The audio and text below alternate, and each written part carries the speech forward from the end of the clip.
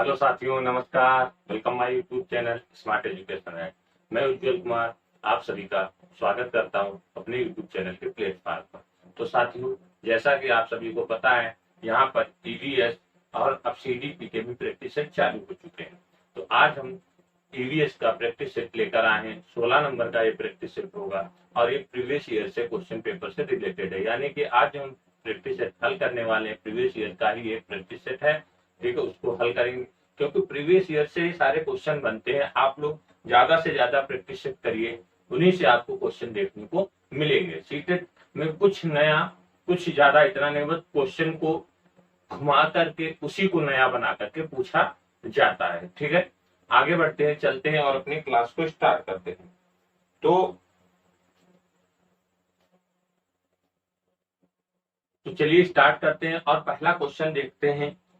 पहला क्वेश्चन ये रहा आपके सभी के सामने। क्वेश्चन क्या कह रहा है? भारत की राजधानी की स्थिति के सापेक्ष, भारत की राजधानी की स्थिति के सापेक्ष लखनऊ, लखनऊ उत्तर प्रदेश की राजधानी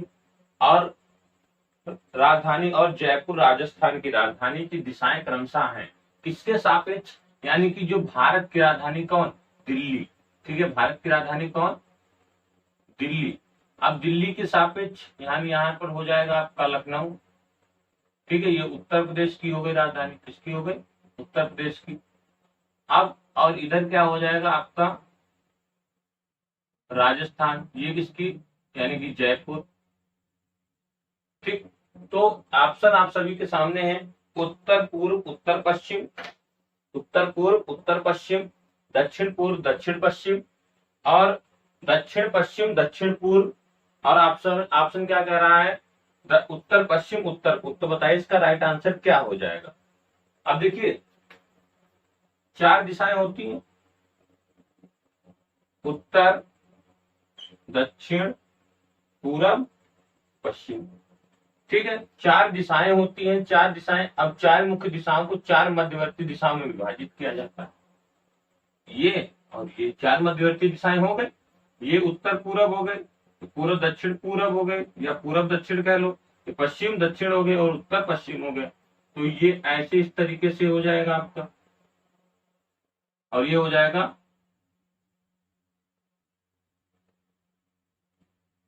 ठीक इस तरीके से। तो चार हो गए, टोटल कितनी हो गई? इनको देखोगे तो 8 हो गई। कितनी हो गई भैया? 8 हो गए। तो क्वेश्चन क्या कह रहा है कि भारत की राजधानी स्थित, अब भारत की राजधानी स्थित कहाँ पर है? यानी कि यहाँ पर से अगर देखोगे इस तरीके से, इस तरीके से, तो यहाँ पर जो बीच में होगा दिल्ली। अब दिल्ली के सापेक्ष यानी कि लखनऊ, और फिर उसके विपरीत राजस्थान यानी कि जयपुर। तो इसको अगर देखोगे, कह रहा है कि पूरब और पश्चिम, उत्तर और दक्षिण के लंबवत समकोण पर है। पूरब और जो पश्चिम है, उत्तर और दक्षिण के लंबवत समकोण पर है। ठीक है, लंबवत कहां पर है? समकोण पर है। ठीक, और पूर्व से घूर्णन दक्षिणावर्त दिशा में, यानी कि पूरब उत्तर, ये पूरब हो गया। अब अगर इसको घूर्णन करेगा तो ये कौन सी होगी? दक्षिणावर्त। ठीक है, दक्षिणावर्त दिशा में। और पश्चिम सीधे पूर्व के विपरीत है। पश्चिम जो है सीधे पूर्व के क्या है? विपरीत है। ठीक, समझ रहे हो? तो इसका राइट आंसर अगर देखोगे तो क्या हो जाएगा? दक्षिण पूर्व और दक्षिण पश्चिम हो जाएगा। ठीक है, क्या हो जाएगा? दक्षिण पूर्व हो जाएगा और दक्षिण पश्चिम हो जाएगा। इसका right answer option number B वाला सही हो जाएगा। समझ गए साथियों? आगे बढ़े नेक्स्ट क्वेश्चन की तरफ। आगे देखिए, अगला क्वेश्चन कह रहा है कि एक अध्यापिका की नियुक्ति महाराष्ट्र, एक अध्यापिका की नियुक्ति महाराष्ट्र में हुई। अब एक टीचर है, उसकी नियुक्ति कहाँ हुई? महाराष्ट्र में हुई। अगर आप केंद्र या नवोदय विद्यालय या कहीं विद्यालय में पढ़ाओगे तो आपको अलग अलग राज्यों में भेजा जाएगा। ठीक है, और अगर आप मान लो कोई स्टेट गवर्नमेंट यानी कि स्टेट राज्य में पढ़ा रहे हैं, या तो आपको कहां पर? उसी स्टेट में पढ़ाना पड़ेगा। तो उसकी नियुक्ति मान लो, जैसे इसने फॉर्म भरा होगा, ठीक है, महाराष्ट्र से, तो वहां पर इसकी नियुक्ति होती है। तो महाराष्ट्र के एक विद्यालय में हुई, वह भोजन के विषय में पढ़ा रही है। अब वो भोजन के विषय में पढ़ा रही है। अच्छा, भोजन के विषय में पढ़ा रही है पढ़ा रही है तथा वह भरली वांगी किसके बारे में बता रही है, भरली वांगी के बारे में बता रही है, ठीक, का उदाहरण देती है जो कि डैश से बना व्यंजन है। तो बताइए राइट आंसर क्या हो जाएगा, छोटे छोटे भरवा बैंगन, ऑप्शन है सादा दाल का दमपुखत, या ऑप्शन सी है ताजी प्रोमफ्रेट मछलियां का मलाईदार व्यंजन, ऑप्शन सी आलू फूल गोभी तथा टमाटर। तो इसका राइट आंसर क्या हो जाएगा बताइएगा आप सभी लोग। देखिए भरली व्यंजन वांगी का मतलब होता है छोटे छोटे भरवा, यानी कि छोटे छोटे क्या हो जाएगा, भरवा बैंगन। तो ये वहां का क्या है, प्रसिद्ध व्यंजन है, तो इसका राइट आंसर ऑप्शन ए वाला सही हो जाएगा। तो इसके बारे में छोटे छोटे भरवा बैंगन के बारे में बता रहे, भरे हुए बैंगन बड़े अच्छे लगते हैं, आप सभी लोग खाकर भी देखिएगा, आपको भी बड़े अच्छे लगेंगे और दिखाई देंगे, ठीक है। नेक्स्ट क्वेश्चन है, पक्षियों के पंख विभिन्न रंगों के होते हैं, पक्षियों के जो पंख होते हैं भैया वो विभिन्न रंगों के होते हैं, ठीक, आकारों में माप के होते हैं, इनके पंख उन्हें उड़ने में सहायता करते हैं तथा ऑप्शन ए है विभिन्न प्रकार का भोजन रखने में, विभिन्न प्रकार का भोजन खाने में, ऑप्शन बी कह रहा है उन्हें गर्म रखने में विभिन्न तरीकों से, यानी कि उन्हें गर्म रखने में, ऑप्शन सी है आप सभी के सामने विभिन्न तरीकों से चलने में, उन्हें जल रोधक में, ऑप्शन डी है। तो बताइए इसके राइट ऑप्शन क्या हो जाएंगे, ठीक है। ऑप्शन आप सभी के नीचे दे रखे हैं, बी और सी, बी और डी, बी सी और डी और ए बी सी डी चारों। बताइए इसका राइट आंसर क्या होगा। बहुत इंपॉर्टेंट है, समझ लीजिए ये प्रैक्टिस सेट, आपको प्रैक्टिस सेट किसी भी कीमत पर छोड़ना नहीं है। अगर आप प्रैक्टिस करना बंद कर दोगे, इस समय वो समय आ चुका है कि आप लोग थ्योरी ना पढ़ करके ज्यादा ज्यादा क्वेश्चन पेपर लगाइए, और वो ऑफलाइन ही लगाइए। अब ऑनलाइन प्रैक्टिस ना करें तो अब ज्यादा सही रहेगा, क्योंकि अभी तक ऑनलाइन था पेपर तो ऑनलाइन प्रैक्टिस अच्छी लग रही थी, लेकिन अब आपको ऑफलाइन करना है और समय को बचाना है, क्वेश्चन को बड़ा ध्यान से पढ़ना पड़ेगा, ठीक। उसमें क्या था, ऑनलाइन में क्वेश्चन आ रहा है स्क्रीन पर, पढ़ रहे हैं और टिक लगाना पड़ता था, मान लो टिक लगाने में 1 सेकंड का समय लगता है, लेकिन इसमें आपको क्या करना पड़ेगा, पूरा का पूरा आप सभी को समझ लीजिए काला करना पड़ेगा, तभी क्वेश्चन मान्य होगा। ये नहीं है कि आपने अगर गए पेपर दे रहे तो ऐसे कर दिया या आधा अधूरा छोड़ दिया हो जाएगा, और बड़ा ध्यान से, क्योंकि इसमें भरते वक्त क्या हो जाता है, मिस्टेक हो जाती है, गोला जो होता है काला करते वक्त क्या हो जाती है, मिस्टेक हो जाती है, जिससे पता नहीं हो पाता है, मान लो लगाया कोई और लग कोई दूसरा जाता है, समझ रहे हो। तो आपको ये भी बड़ा ध्यान रखना पड़ेगा, ठीक है।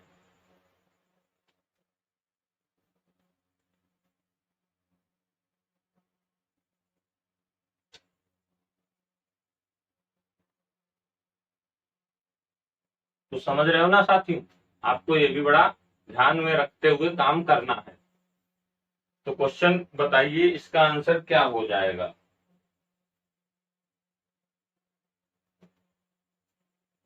बताइए, तो देखिए इसका राइट आंसर क्या हो जाएगा, यानी जो उनके पंख होते हैं उनको किसमें रखने में सहायता करते हैं, उन्हें गर्म रखने में, उन्हें गर्म रखने में, और ऑप्शन डी है, और ये बी वाला हो जाएगा, और उन्हें जल रोधक में, इसके जल रोधक में। तो ये ऑप्शन आपका बी और डी वाला सही हो जाएगा, समझ गए। आगे बढ़ते हैं नेक्स्ट क्वेश्चन की तरफ। अगला क्वेश्चन देखिएगा क्या कह रहा है, जो पशु अंडे देते हैं उनकी निम्नलिखित विशेषताएं होती हैं, मतलब जो पशु अंडे देते हैं उनकी निम्नलिखित विशेषताएं क्या होती है बताइए। उनके बाहरी कान एवं शरीर पर बाल होते हैं, या उनके आंतरिक कान होते हैं और एवं शरीर पर बाल नहीं होते। आगे कह रहा है, आप लोग क्वेश्चन पढ़ते रहिए। उनके बाहरी कान होते हैं एवं शरीर पर बाल नहीं होते, उनके आंतरिक कान एवं शरीर पर बाल होते हैं। तो बताइए इसका राइट आंसर क्या हो जाएगा। जो कह रहा है अंडे देते हैं। देखिए अब अंडे देना और दो प्रकार के लोग होते हैं, एक होते हैं जरायु और एक होते हैं अंडज। तो देखिए अंडज और जरायु में क्या होता है, ये छोटे छोटे बच्चों को जन्म देते हैं। छोटे छोटे बच्चों को क्या करते हैं, जन्म देते हैं। और ये वाले जो होते हैं ये अंडे देते हैं। तो देखिए जरायुज की पहचान कैसे करोगे, जिनके बाहरी कान होते हैं, जिनके बाहरी कान होते हैं वो जरायुज होते हैं और छोटे छोटे बच्चों को जन्म देते हैं। लेकिन अंडज में क्या होता है, उनके आंतरिक कान होते हैं और शरीर पर बाल नहीं होते। मतलब जो अंडे देते हैं उनके कैसे कान होते हैं, आंतरिक कान होते हैं और शरीर पर बाल नहीं होते। यही वाला ऑप्शन आपका सही हो जाएगा, यानी कि बी वाला सही हो जाएगा। ठीक है। और ये जरायुज वाले जो होते हैं ये छोटे छोटे बच्चों को जन्म देते हैं और इनके बाहरी कान एवं त्वचा पर क्या हो जाते हैं, बाल हो जाते हैं। समझ गए होंगे। आगे बढ़ते हैं अगले नेक्स्ट क्वेश्चन की तरफ। तो आप सभी लोग भी वीडियो को शेयर कर दिया करिए, लाइक कर दिया करिए, एक कमेंट भी कर दिया करिए। ठीक है, जिससे हौसला और मेरा बढ़े और आप सभी के लिए अच्छी अच्छी सी चीजें लेकर आऊं। तो आप लोग थोड़ा कमेंट करते रहिए। ठीक है, आगे बढ़े नेक्स्ट क्वेश्चन की तरफ। अगला क्वेश्चन है, देखिए पूरा आप सभी के लिए समर्पित है। उस पहली भारतीय महिला का नाम जिन्होंने एवरेस्ट पर्वत की चोटी पर कदम रखा, जिन्होंने एवरेस्ट पर्वत की चोटी पर कदम रखा और राष्ट्रीय ध्वज तिरंगा फहराया और वहां फोटो भी खिंचाई और तथा वहां फोटो भी खींची। तो बताइए कौन हो जाएंगे, कर्णम मल्लेश्वरी, सुनीता विलियमसन, सूर्यमणि बछेंद्री पाल। तो बताइए इसका राइट आंसर क्या हो जाएगा। देखिए इसका राइट आंसर देखोगे तो ऑप्शन नंबर डी वाला सही हो जाएगा। ये बछेंद्री पाल एक पर्वतारोहण थी। ठीक है, पर्वतारोहण। और इनका जन्म 24 मई 1954 में हुआ था। कब हुआ था, 24 मई 1954। कहा, उत्तराखंड। ठीक, इसको क्या उत्तरकाशी या उत्तराखंड में हुआ था। और ये जो चढ़ी थी 1984 में, इस पर माउंट एवरेस्ट की चोटी पर पहुंचने वाली पहली भारतीय महिला थी।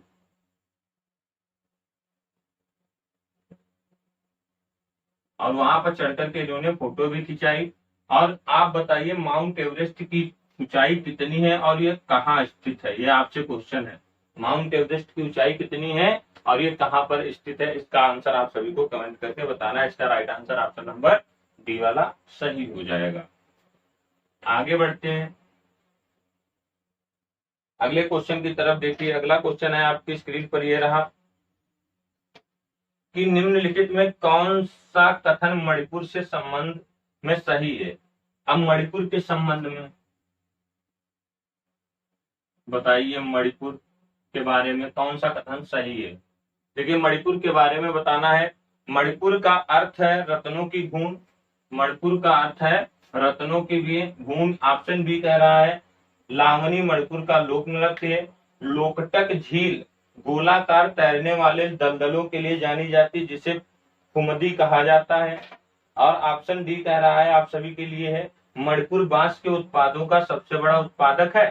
तो बताइए इसके राइट आंसर क्या हो जाएंगे। ऑप्शन सभी आप सभी के सामने है, बताइएगा। देखिए मणिपुर का यानी कि अगर देखोगे तो मणि का अर्थ होता है, मणि का अर्थ क्या होता है, रत्न। और पुर का अर्थ होता है भूमि। तो देखिए मणि का अर्थ होता है यानी कि, तो ये हो जाएगा रत्नों की भूमि। ठीक है, रत्नों की भूमि। तो यानी कि हाँ सही है ऑप्शन नंबर ए वाला, यानी मणिपुर का अर्थ रत्नों की भूमि है। ठीक, तो ये वाला ऑप्शन ए वाला सही हो जाएगा। और ऑप्शन आपका कौन सा सही हो जाएगा, यानी कि ऑप्शन सी वाला सही होगा। लोकटक झील जो है वो कहाँ है आपकी, मणिपुर में है। लोकटक झील कहाँ है आपकी? मणिपुर में। और तैरने वाली, गोलाकार तैरने वाली दलदलों के लिए जानी जाती है, जिसे क्या कहा जाता है? फुमदी कहा जाता है। फुमदी कहा जाता है। तो इसका राइट आंसर हो जाएगा A+C वाला सही हो जाएगा। आप लोग नोट कर लीजिएगा, A+C वाला इसका राइट आंसर सही हो जाएगा। ठीक, आगे बढ़ते हैं नेक्स्ट क्वेश्चन की तरफ।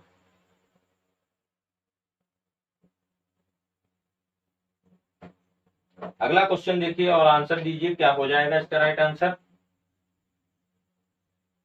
कार्य ऐसी चीज है जिसे हम के लिए करते हैं। अब बताइए, वर्क, हार्ड वर्क करोगे, किसके लिए करोगे? बताइए, यश कमाने के लिए, मनोरंजन के लिए, या है स्वयं को और स्वयं को और अन्य लोगों को सहारा एवं भरण पोषण के देने के लिए, या ऊर्जा बचाने के लिए? अब बताइए इसका राइट आंसर क्या हो जाएगा। सभी लोगों को पता हो सकता है। देखिए, अगर क्या करोगे, वर्क करोगे, तो वार कार्य किसके लिए करोगे? यश कमाने के लिए या मनोरंजन के लिए? तो इसका राइट आंसर हो जाएगा ऑप्शन नंबर सी, स्वयं और किसके लिए?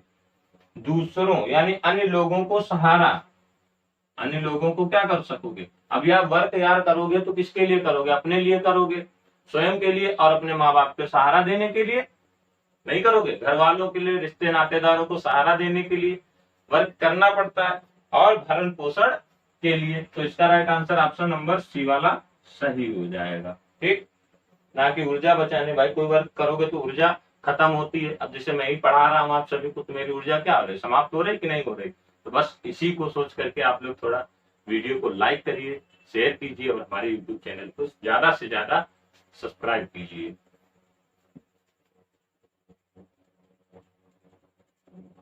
अगर आप लोगों ने साथ दिया तो मैं वादा करता हूं, आप 2024 जनवरी तक आपको यहाँ पर एक डिजिटल बोर्ड दिखाई देगा।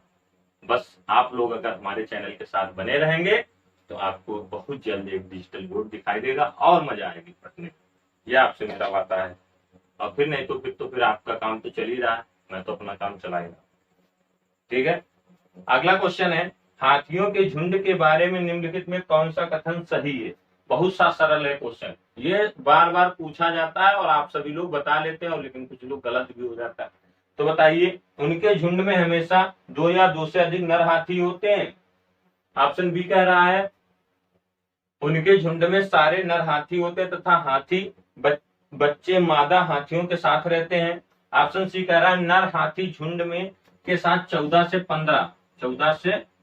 15 वर्ष की आयु तक रहते हैं। ऑप्शन डी है उनके झुंड में केवल मादाएं हाथी तथा हाथियों के बच्चे रहते हैं। तो बताइए इसका राइट आंसर क्या हो जाएंगे? ऑप्शन कौन कौन से सही हो जाएंगे?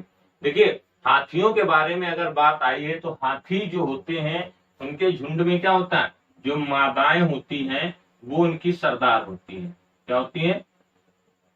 सरदार होती है। और झुंड में कौन रहता है? झुंड में रहते हैं यानी कि मादा हाथी और उनके बच्चे रहते हैं। ठीक है, तो इसमें ऑप्शन आप सभी को दिखाई देगा, नर हाथी झुंड में 14 से 15 साल के यानी कि 14 से 15 साल वर्ष आयु तक रहते हैं। ऑप्शन नंबर सी वाला सही हो जाएगा, ऑप्शन नंबर डी वाला सही हो जाएगा। सी और डी वाला सही हो जाएगा आप सभी का। ठीक है, अब देखिए, एक जो हाथी होता है वो 1 कुंटल एक दिन में पत्ते खा सकता है यानी कि 100 केजी, और एक जो बच्चा होता है हाथी का, उसका जो वजन होता है 200 केजी होता है। और ये बहुत कम सोते हैं, 2 से 3 से 4 घंटे तक सोते हैं। तो इनके बारे में यही आता है, आप सभी को बताना रहेगा। और इनको कहाँ रहना पसंद होता है? कीचड़ में रहना पसंद होता है। ठीक है, उसी में रहते हैं और पानी में रहना पसंद करते हैं। आगे बढ़ते हैं अगले क्वेश्चन की तरफ। 9 नंबर का क्वेश्चन है, सोना की सहेली तारा मिजोरम से है। सोना की सहेली तारा मिजोरम से है, तो तारा को हिंदी बोलने में परेशानी होती क्योंकि मिजोरम में बोली जाने वाली प्रमुख भाषाएं हैं। तो आपको आंसर बताना है, मिजोरम में जो भाषाएं बोली जाती हैं वो कौन कौन सी हैं? बताइए इसका राइट आंसर क्या हो जाएगा? मिजोरम में कौन कौन सी भाषाएं बोली जाती हैं?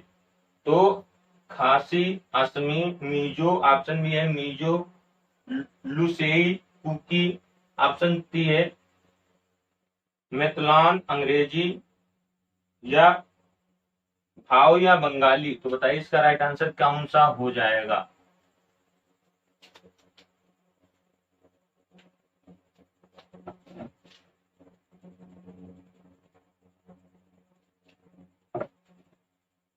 बताइए इसका राइट आंसर। तो देखिए मिजोरम में जो भाषाएं बोली जाती है ऑप्शन नंबर बी वाला सही हो जाएगा। अब बी वाला कौन कौन है? तो यानी कि इसको देखोगे तो इसका कौन सा हो जाएगा? मीजो, एक ये ऑप्शन बी वाला है, अरे लुसेई, और थर्ड वाला जो है कुकी। तो ये भाषाएं वहां प्रयोग की जाती है। देखिए मिजोरम की अगर मीजो की बात करोगे तो यह मिजोरम की आधिकारिक भाषा है।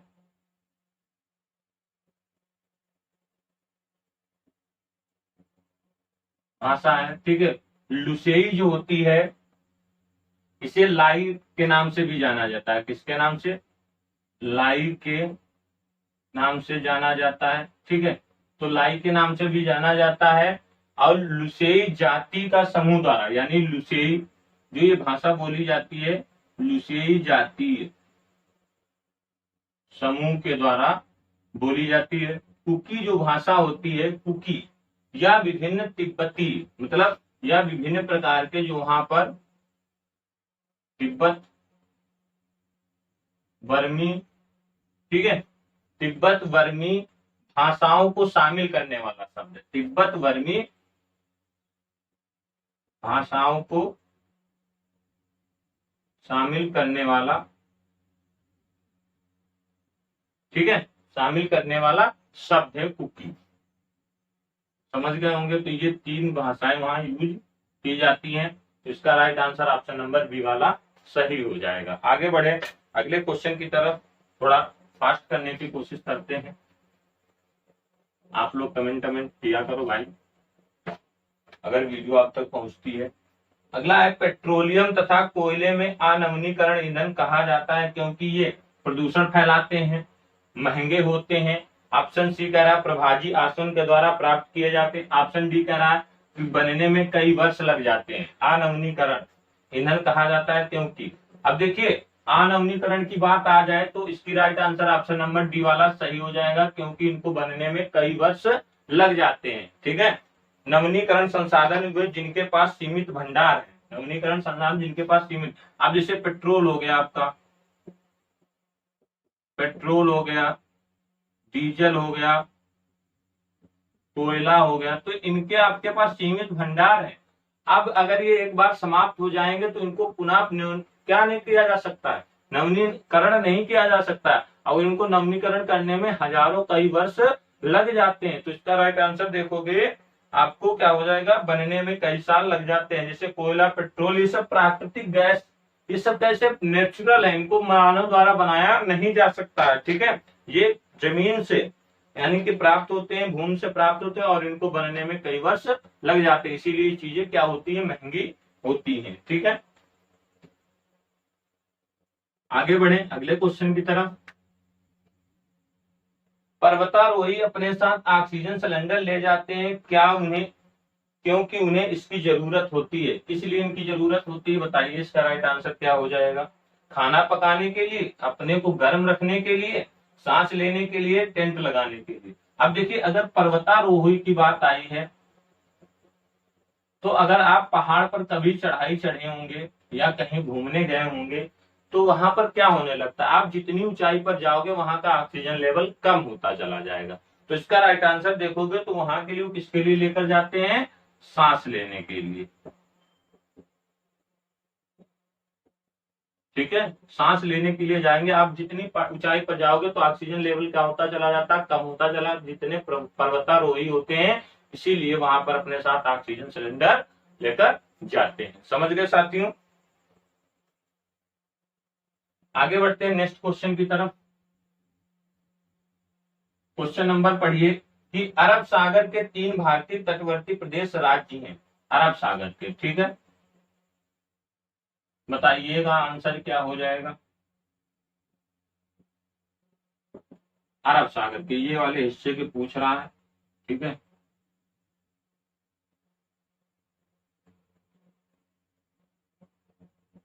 ठीक, इस तरीके से पूछ रहा है, आप सभी को बताना है इसके क्या हो जाएगा, बताइएगा। देखिए कर्नाटक, तमिलनाडु, आंध्र प्रदेश, महाराष्ट्र, कर्नाटक, अरे महाराष्ट्र, कर्नाटक, पुडुचेरी, गोवा, महाराष्ट्र, केरल, तेलंगाना, केरल, कर्नाटक। तो बताइए इसका राइट आंसर क्या हो जाएगा। तो देखिए यानी कि जो भारतीय तटीय रेखा है, भारत की तटीय क्षेत्र कितना है, 7,000, जो तटीय क्षेत्र है 516.6 किलोमीटर में पूरा फैला हुआ ये तटीय क्षेत्र है, ये वाला हिस्सा, ठीक है।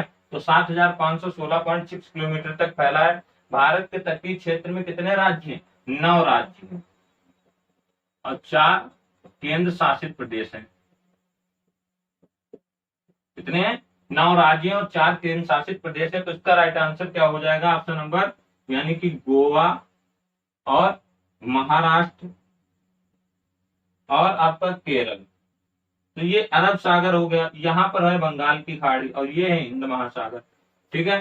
तो गोवा, महाराष्ट्र और केरल, यहाँ और यहाँ से ही क्वेश्चन आप सभी से पूछा जाता है और इससे बाहर से कुछ नहीं पूछा जाता है। अब देखिए अगर देखा जाए तो और इसके बारे में जान लीजिए, क्योंकि इंपॉर्टेंट क्वेश्चन होता है तो इसके बारे में बताना भी बहुत जरूरी होता है।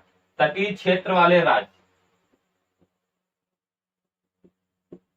क्षेत्र वाले राज्य आप लोग भी नोट कर लीजिएगा।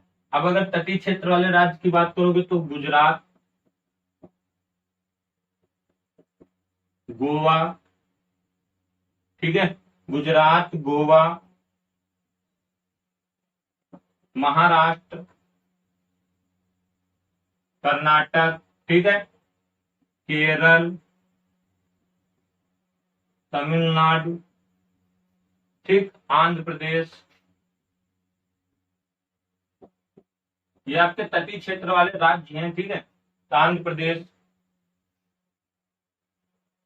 उड़ीसा और पश्चिम बंगाल। देखिए 1 2 3 4 5 6 7 8 9 ये आपके राज्य हो गए, ठीक। अगर केंद्र शासित प्रदेश की बात करें तो इसमें कौन सा हो जाएगा, दमन दीव और आपका हो जाएगा पांडुचेरी, पुडुचेरी इसको बोल सकते हैं, और क्या हो जाएगा लक्षद्वीप, और आपका अगर देखोगे क्या हो जाएगा अंडमान निकोबार।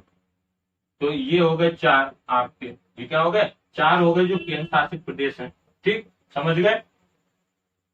अगर आपसे बात कर दी जाए तो इतनी बात समझ गए होंगे, ये आपके 9 राज्य और 4 केंद्र शासित प्रदेश हैं जो तटीय इलाकों के हैं, ठीक। आगे बढ़ते हैं नेक्स्ट क्वेश्चन की तरफ।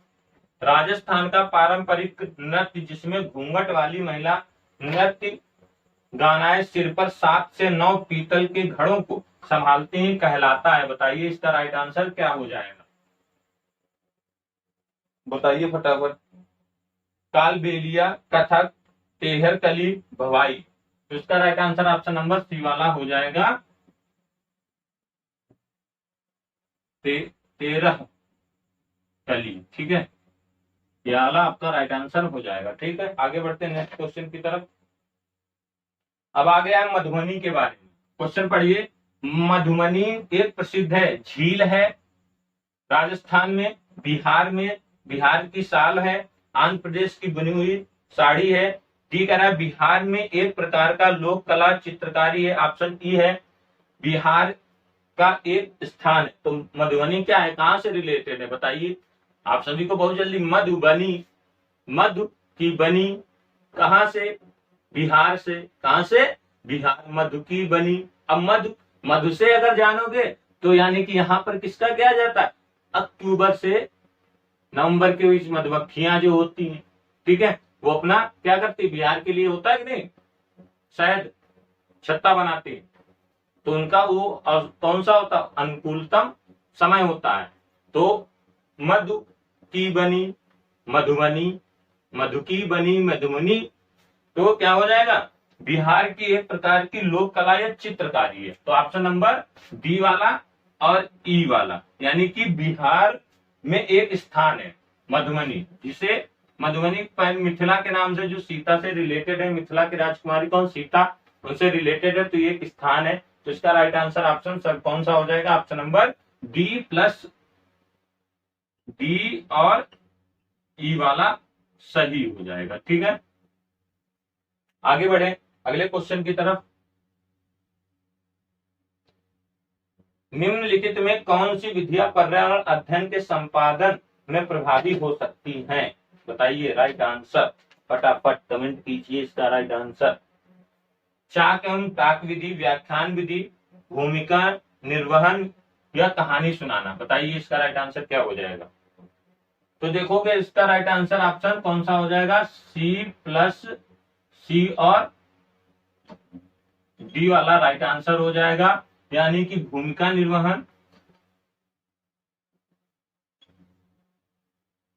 और आपका कौन सा है, कहानी सुनाना।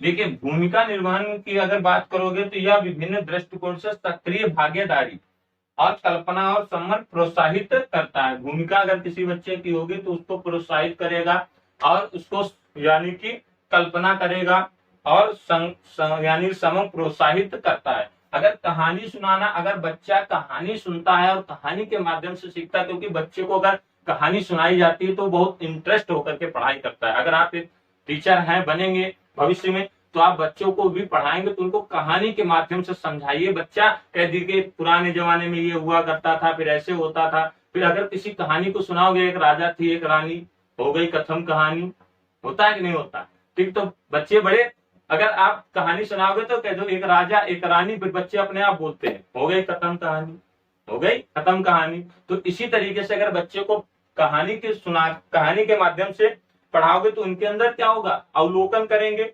या उलझेंगे उसमें और जानकारी इकट्ठा करेंगे और आगे की कल्पना करते रहते हैं। ठीक है, फिर कहेंगे फिर सर जी क्या हुआ, फिर बताइए कहानी से के माध्यम से सिखाया जा सकता है। आगे बढ़े अगले क्वेश्चन की तरफ। अम्लीय वर्षा का तात्पर्य पीएच के साथ होने वाली वर्षा से। तो ऑप्शन है 5 से कम, ऑप्शन बी है 6 से अधिक, 7 से कम या 7 के बराबर। तो बताइए अम्लीय वर्षा। तो देखिए इसका जो होता है वो अगले अम्लीय वर्षा होगी तो 5 से कम होगा, 5 से कम होगा पीएच मान। ठीक है, तो एसिड रेन अम्लीय घटकों के साथ, यानी कि इसको क्या बोला जाता है, एसिड रेन अम्लीय घटकों के साथ में। अगर देखोगे अम्लीय घटकों के साथ के रूप में है, जैसे कि सल्फ्यूरिक नाइट्रिक एसिड जो गीले सूखे वायुमंडल से जमीन पर गिरते हैं। तो इसीलिए जब पहली वर्षा होती है, इसीलिए लोग कहते हैं कि पहली वर्षा में स्नान नहीं करना चाहिए, क्योंकि वो कैसी होती, अम्लीय वर्षा होती है, जिसमें क्या होता है धूल के कारण पेड़ पत्तों पर जमा रहते हैं, वो सब पृथ्वी पर आते हैं। और इसमें बारिश में क्या होता है, बारिश में बर्फ, कोहरा, ओला, धूल भी शामिल होती है। तो अम्लीय वर्षा को अम्लीय वर्षा या अम्ल निक्षेपण के रूप में जाना जाता है। तो इसका राइट आंसर हो जाएगा 5 से कम। ठीक, आगे बढ़ते हैं नेक्स्ट क्वेश्चन की तरफ। क्वेश्चन पढ़िए, कह रहा है निम्नलिखित में कौन सा रोग जल प्रदूषण के कारण होता है, नेत्र श्लेष्मक, श्वास प्रणाली में संक्रमण, डायरिया, श्वसनी शोथ। तो बताइए क्या हो जाएगा। देखिए डायरिया इसका राइट आंसर हो जाएगा सही, यानी कि सी वाला हो जाएगा आपका सही। ठीक है, कौन सा हो जाएगा। अब देखिए जल प्रदूषण से कौन सा हो जाता है, यानी कि टाइफाइड हो जाता है, डायरिया तो हो ही जाता है। अब देखिए जल प्रदूषण यानी कि अपशिष्ट पदार्थ, अपशिष्ट पदार्थ कहाँ जाते हैं, यानी कि फैक्ट्रियों कंपनियों से, बड़े बड़े शहरों नगरों से निकलने वाला अपशिष्ट पदार्थ वो नदियों झीलों तालाबों में जाता है। ठीक है, वो दूषित करता है, दूषित करने के बाद अगर पानी पियोगे तो उससे भी क्या हो जाएंगी, बीमारियां उत्पन्न हो जाती हैं। ठीक है, आगे बढ़ते हैं नेक्स्ट क्वेश्चन की तरफ। निम्नलिखित में कौन सी अपरिक्षेपित शिक्षण सामग्री है, अपरिक्षेपित शिक्षण सामग्री है, चार्ट, स्लाइड, फिल्म स्प्रिट या एपिएडेस्कोप। बताइए इसका राइट आंसर क्या हो जाएगा।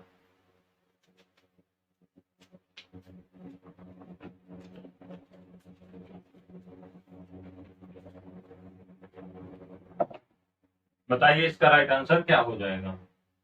तो इसका right answer option number A वाला सही हो जाएगा, यानी चार्ट। ये अप्रक्षेपित शिक्षण सामग्री होती है। आमतौर पर ये भौतिक वस्तुएं होती है जिन्हें शिक्षण के दौरान पकड़ा या दिखाया या संदर्भित किया जा सकता है। मतलब ये अप्रक्षेपित होती है। कैसी होती है? अप्रक्षेपित होती है, जिनको पढ़ाते वक्त क्या दिखाया संदर्भ किया जा सकता है, पकड़ा जा सकता है। तो इसके साथ में चार्ट हो जाता है, पोस्टर हो जाता है आपका, और जो आपके होते हैं फ्लैश कार्ड हो जाते हैं आदि। तो ये आपको अप्रक्षेपित शिक्षण सामग्री के अंतर्गत आता है। ठीक, आगे बढ़ते हैं नेक्स्ट क्वेश्चन की तरफ। क्वेश्चन पढ़िए।